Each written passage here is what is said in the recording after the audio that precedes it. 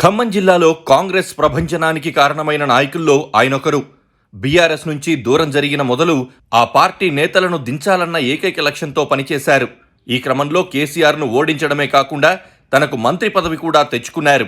అయినా ఆయనకు బీఆర్ఎస్ పై కోపం చల్లారలేదు. ఎన్నికల ముందు, ఎన్నికల తర్వాత పొంగులేటి శ్రీనివాసరెడ్డి క్రియాశీలంగా ఉంటున్నారు.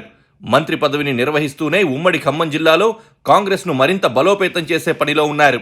మంచి నాయకత్వ లక్షణాలుండడంతో కార్యకర్తలను కలుపుకుపోవడం, గ్రూపు తగాదాలు లేకుండా చూసుకోవడంలో సక్సెస్ అయ్యారు.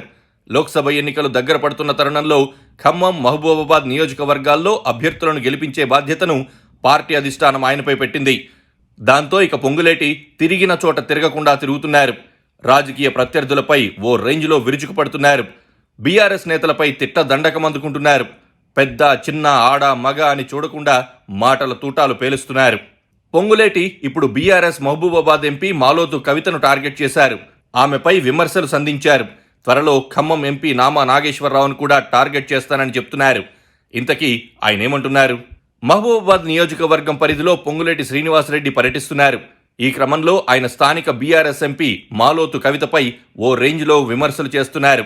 కేసీఆర్ ఆమెకు మళ్లీ టికెట్ ఖరారు చేసిన మరుసటి రోజే పొంగులేటి తన నోటికి పని చెప్పారు. నువ్వు శూర్పణఖ, నిన్ను చూస్తే నిద్ర కూడా పట్టదు, నీకెవరు ఓటేస్తారు, నిన్ను చూస్తేనే అంటూ విమర్శల వర్షం కురిపించారు.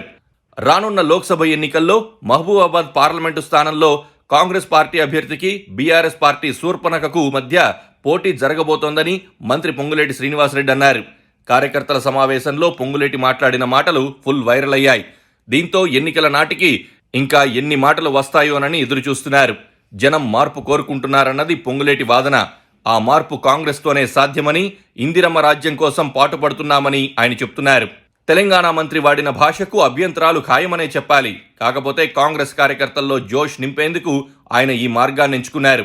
పైగా మొదటి నుంచి అగ్రెసివ్గా రాజకీయాలు చేసే నాయకుడు కూడా కావడంతో ఆయన అలాగే మాట్లాడతారని విశ్లేషణలు వినిపిస్తున్నాయి. బీఆర్ఎస్ నేతలు ఇంతకన్నా ఎక్కువే మాట్లాడగలరు. వాళ్ళు ఎలా సమాధానం చెప్తారో చూడాలి.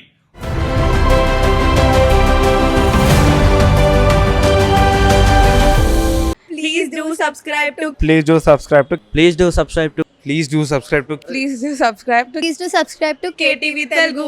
KTV Telugu. KTV Telugu. KTV Telugu. KTV Telugu. KTV Telugu. Please do subscribe to KTV Telugu.